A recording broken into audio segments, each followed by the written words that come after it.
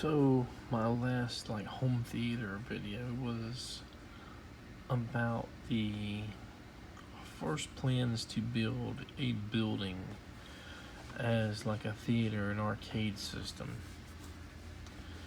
That was yesterday or the day before I filmed that. And that was going to be a 2-story building, standalone, not an addition. And it fell through. So we built a single story addition theater slash living room, and we'll probably tackle that within the next couple home theater-esque videos. Tonight we're going to talk about me building a home theater PC, HTPC, for that theater. We decided to go with the Silverstone case, with the single 5 1/4 slot, and I can see if I can get the exact model on here. There it is, the Silverstone Grandia series GD09. Before I committed to doing a home theater PC, I did briefly test another PC, just with a small tower, PC or mid tower, and tried to make it kind of like a console gaming emulation unit. And I've experimented with both Windows and Linux, and for DVD playing and stuff like that. But this was going to be for 3D games, 3D Blu-rays, and kind of like an emulator console, emulation system hooked to both my 55, I think it was a 55 or 60 inch DLP 3D TV, and the Optima Pro 3D projector. One of the things I had to get, was a 3D compatible graphics card. So I opted to get the Sapphire Radeon DualX HD 7870 GHz edition. Has 2 gigabytes of GDDR5 RAM, and it says overclock edition, so you can overclock it, I guess. Has dual HDMI outputs as well. I also opted to get a Super Multi Blu-ray and HD-DVD ROM LG disc drive, and that's because it was going to also play HD DVDs, and we had some HD DVDs from the Xbox 360's HD DVD player, and then eventually I'd get a standalone HD DVD player. But we were kind of trying to make it an all-in-one system. When I say all-in-one, I put an AverMedia ATSC, NTSC, so analog and digital PCIe TV tuner card in the kit as well for watching antenna or cable TV or whatever we wanted to watch. If that weren't enough, we put a DVB-S2 satellite tuner card in as well, to get C-band, digital C-band, and possibly digital KU band free-to-air TV channels. Our initial storage hard drive was a 2.5 inch Hitachi 500 gigabyte hard drive, and you can obviously put more of these laptop style hard drives in a case like this than the 3.5 inch hard drive. I also opted to get an SSD 120 gigabyte Kingston hard drive, which is just mainly for the boot drive, to try to get a faster boot, because even though this technically is a Windows PC, most people still opted to have standard hard drives. They take a while sometimes to boot, so this is, you know, a home theater. You know, how long do you want a Blu-ray player or a HD-DVD or DVD player to boot up? So we're trying to get a fast boot up. And I guess this probably isn't the fastest SSD, even back in 2014 or whenever I started building this system. The first power supply I bought, and I wanted to get a modular power supply, a decent one for, you know, we were running a pretty nice graphics card and, you know, everything. We really wanted a nice power supply, and unfortunately this HX650 Corsair I bought used, and it was supposed to have been refurbished, and it did not work. So I sent it back to the seller. It did not work the second one either. He said, you know, I get these power supplies. I don't know if it was from a computer store or from like Corsair themselves or somewhere else. He gets them from garbage, you know, where they throw them away.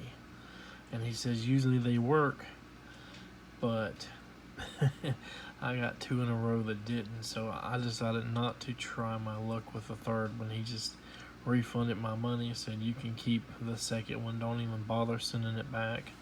And you can see I ended up getting a power supply tester just to make sure there wasn't something wrong on my end. And sure enough, there was fault on several of the rails, I believe, the voltage rails. Well, third time was the charm in this case. I got a brand new one, maybe a slightly cheaper one, but it still had a decent amount of wattage. This is an XTS 550 watt full wired PSU, easy rail plus technology. It is not a modular power supply like I wanted. But you know, modular power supplies usually are more tidy because you only use the cables and connections that you have to have. So if you use half of them, you just do not hook those extra like cables into the power supply. This one, you know, has all the cables built in, so it's a little bit more wire management and stuff, especially in a kind of a cramped case, but yeah, it seemed to work really good. So this was the original motherboard, the Asus M5A97 LER 2.0. And I have had problems with this motherboard for years. It was like the bane of my existence. Finicky about RAM. Even when I upgraded to a RAM that is known to be compatible with the board, I still had problems. Reboots, or not wanting to restart after a reboot, or a freeze, or black screen, or whatever. And I'm not going to say that's a problem with all the motherboards. Obviously, they probably sold many of these motherboards. Years and years later, when I went to replace the motherboard, I kind of wanted to replace it with the same one, just one that worked and didn't give me problems. But you know, everything was new old stock, and they had gone up a lot in price, so I couldn't really do that. This was the first set of RAM, and I believe it was pretty expensive to rip jaws. You know, I guess this was a 16 gigabytes set, you know, match set or whatever. And this was RAM that actually did not work well with that motherboard. Even though the motherboard came with a connection to put the SPDIF and fiber optic output onto it, it did not actually include the bracket and the little pieces to do so. So I had to buy that separately, and you know, I kind of knew that I may or may not even need that, you know, because everything should have went through HDMI, especially for 3D and stuff like that. But I was just trying to have all my bases covered. I added a 120 millimeter Thermaltake fan for the case, just to have that extra airflow, because it is pretty cramped. You know, despite this HTPC, the GD09 case being fairly big, you know, when you have this pretty massive video card in there, and you know, TV tuner cards and satellite cards and everything, you know, you're taking up a lot of space, and 2 hard drives. Another thing that I added was a serial connection, because I didn't know if I was going to use like a serial wireless remote kit or something else to do something with. I just got it, like I said, just to cover all of my bases. But you can see the back of the unit here.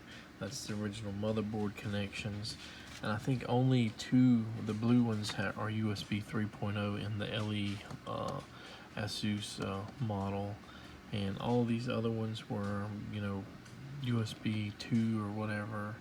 And even the connections where you add more to it, like for the front part of the case where you get 2 USB connections, those are not USB 3 connections. I ended up finding HTPC remote, you know, an HP, to do, you know, quite a bit of the home theater control stuff with. So I didn't need the serial DB9 or whatever connection, which was good, I guess. And this is a nice little remote control. And for a joystick or controller, I got a wireless Xbox 360 receiver and a wireless Xbox 360 controller to play games and stuff on. Another thing I bought, because the TV screens were so far away from the receivers, is got an Atlona HDMI video and audio extender. What this does is it allows your HDMI connection to be sent through Cat5, you know, Ethernet cable. I don't think I actually used it once we got it set up. For whatever reason, it wasn't working in 3D mode, or something was not working right with it. So that was a wasted expense. And I took a screenshot back in January of 2015 of the DVB S2 satellite a station here. Looks like ABC World News was on. And there are a few like satellite receiver softwares and stuff for your free TV. Not sure how many people actually use it. This, I believe, is Smart DVB. And yeah, just another screenshot. You know, these pictures are old. They kind of, I guess, probably got compressed a little bit over time in their like server storage here, and I can't even really tell what that stuff says. But yeah, that we had it working. After so many years of just giving up on that motherboard, I got an Asus M5A78L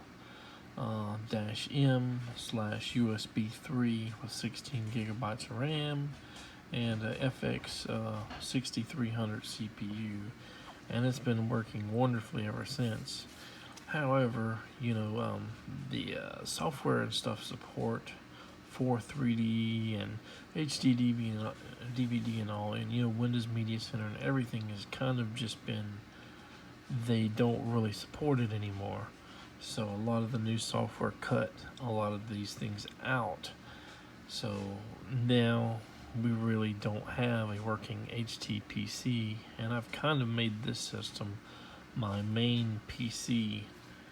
So maybe one day it'll go to something like that, or for gaming, you know, emulation, but who really knows? I forgot to mention the wireless keyboard, mouse, trackpad mouse thing or whatever that I chose to control everything with was a Logitech. I think it's a K400, and I don't remember how much it was. It's an okay product. Don't really like the touch, you know, mouse thing, but It's alright. You know, I wouldn't want to play games, you know, FPS games or anything with that kind of mouse, which is why you can, you know, sometimes use like an analog joystick for, you know, wherever the mouse would have been, and, you know, yada yada. And this was it, kind of in action in the little media shelf I used to have at the old home theater edition. Like I said, this was the receiver here. This was the home theater PC. It was way away from the projector and the TV screen, so it had its own little dedicated space. You know, some people might call it like a media closet or something, where they put their electronic stuff other than the TV, that kind of run their home theater. And so there you have it, 2 motherboards, 3 power supplies later, and it was just obsolete, you know, the software and the support and all, by the time we got it fixed and stable. Alright, take care.